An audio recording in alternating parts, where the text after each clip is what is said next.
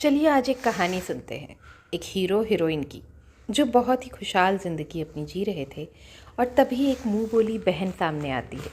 उस मुंह बोली बहन के आते ही इनके जीवन में बहुत सारी चीज़ें उथल पुथल हो जाती हैं। उस मुंह बोले रिश्ते के पीछे एक घिनौना सच था। उस रिश्ते के पीछे एक घिनौना रिश्ता था जो पनप रहा था। धीरे धीरे वो पनपते पनपते इस हाल पे आ जाता है कि वो सामाजिक तौर पे सबके सामने दिखने लगता है। समाज चिल्ला चिल्ला कर कहने लगता है कि इस रिश्ते के पीछे ये घिनौना सच सबके सामने लाओ। उसकी पत्नी को भी पता चल जाता है कि इस भाई बहन के रिश्ते के पीछे क्या सच है। बस ये कहानी यहीं ख़त्म। ऐसा होता है क्या? इस कहानी का क्लाइमेक्स क्या है? इस कहानी को क्या बिना क्लाइमेक्स के ख़त्म कर देना चाहिए? क्या ये पता नहीं चलना चाहिए कि इसमें गलती किसकी है? और जिसकी गलती है, जिसका गुनाह है, क्या उसे सज़ा नहीं मिलनी चाहिए? चलिए आज मैं आपकी मंजरी आपसे बात करती हूँ इसी सब के बारे में।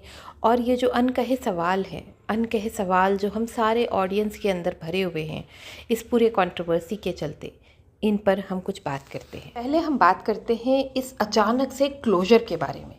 अचानक से एक दिन शिनचैन आते हैं और वो कहते हैं कि मुझे ये कंट्रोवर्सी ख़त्म करनी है, ख़त्म करो भाई, ख़त्म करो। उधर से सब लोग चिल्लाने लगते हैं, सारे व्लॉगर्स, सारे यूट्यूबर्स कहने लगते हैं कि भाई ये कंट्रोवर्सी ख़त्म करो। उधर सरिता जी, जेठू जी, सब कोई समझदारी से बात करने लगते हैं और कहते हैं कि बस अब बस बहुत हुआ, बस करो और ये कंट्रोवर्सी ख़त्म करो। और अचानक से ये कंट्रोवर्सी रातों रात ख़त्म हो जाती है। हजम नहीं हो रहा कुछ।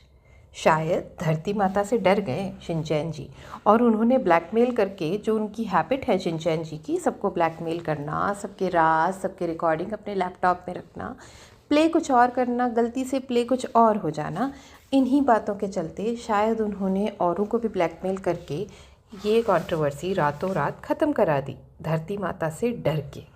अब बात करते हैं हमारे कुछ अनकहे सवालों की जो हम सारे ऑडियंस सब्सक्राइबर्स के मन में कंटिन्यूसली घूम रहे हैं। शायद हमारी रातों की नींद अभी भी वापस नहीं आई है।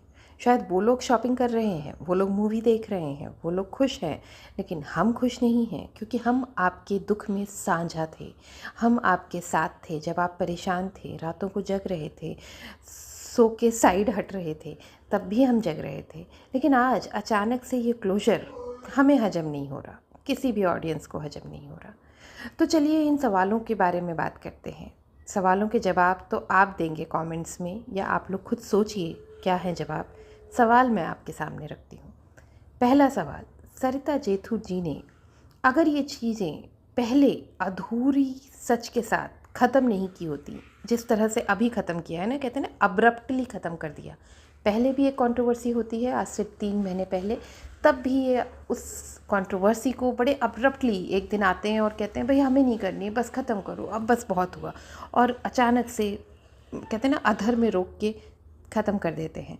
अगर उस वक्त ये अधर में नहीं रोका होता और सारा सच सामने लाके अपने व्लॉग के थ्रू रख दिया होता, तो आज वो कहीं होता, लोग उसके बारे में बात करते, आपकी सच्चाई के बारे में बात करते। पर सच्चे तो आप भी नहीं थे तब, आप भी डर रहे थे शिनचैन की ब्लैकमेलिंग से। चाहे वो ब्लैकमेलिंग आपकी बहन के लिए हो या कोई और कारण हो, पता नहीं।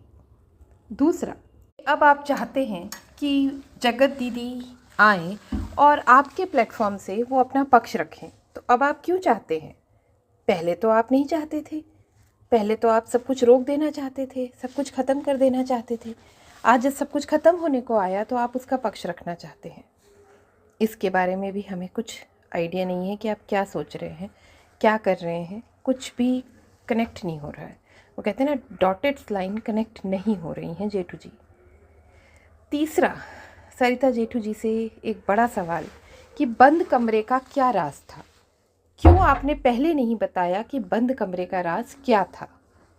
अगर आपने पहले ही ये सच बता दिया होता, सबके सामने ला दिया होता कि बंद कमरे का राज क्या था, तो शायद इतना पैनिक ही क्रिएट नहीं होता, शायद इतना हाइप ही नहीं होता। लेकिन आपने राज बना के रखा रखा रखा, और आज भी हमें नहीं पता कि सच क्या है। जब आपकी कंट्रोवर्सी हुई थी उस समय रिएक्शन चैनल जैसे अर्पिता जी, लोग चीख चीख कर सच बता रहे थे, पर आप में से किसी ने भी जाकर उनका सपोर्ट नहीं किया और इस गंदगी को बढ़ने दिया। क्यों? क्या डर था? तब भी आप ब्लैकमेल हो रहे थे। कम से कम यही बता देते अपने ब्लॉग से, अपने प्लेटफॉर्म से कि हम ब्लैकमेल हो रहे हैं, हम कुछ बोल नहीं सकते। करते हैं जगत बीबी की। इस एपिसोड में जगत बीबी ने बोला कि भाई मतलब भाई, मेरा भाई है शिनचैन, मेरा भाई है शिनचैन। तो फिर ये गुनाह कहाँ से आया? ये गुनाह क्यों कर रही थी? अगर आप चीख चीख कर, सीना ठोक ठोक कर ये कह रही थी और कहीं और सगाई कर चुकी थी, तो ये गुनाह क्यों किया? फिर एंगेजमेंट हुई, एंगेजमेंट से क्यों निकाला?